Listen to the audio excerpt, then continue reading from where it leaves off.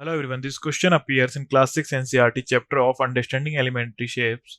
This is third question of its exercise 5.7. So the question says that a figure is said to be regular if its sides are equal in length and angles are equal in measure. Can you identify the regular quadrilateral?